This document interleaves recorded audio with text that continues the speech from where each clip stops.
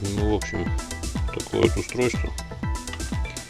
В итоге получается вот эти вот позиции отмеченные, которые они совпадают с таблицей. Сейчас будет таблица. Либо вот это, короче, таблица, либо вот эта таблица. Вот, две таблицы. По ним можно определять именно сопротивление внутренних конденсаторов. И как бы уже...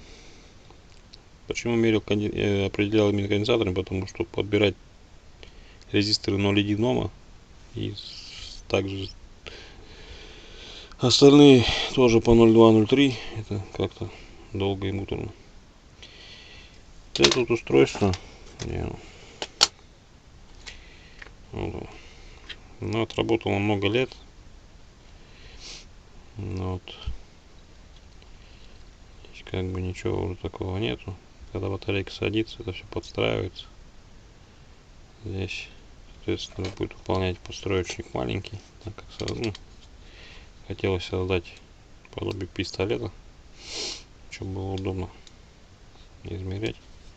Здесь как бы не особо удобно, но удобно. Здесь это все делалось еще, когда совсем было лень что-то делать более-менее практично. Годы молодые. Правда, сейчас тоже не старый. Но все равно.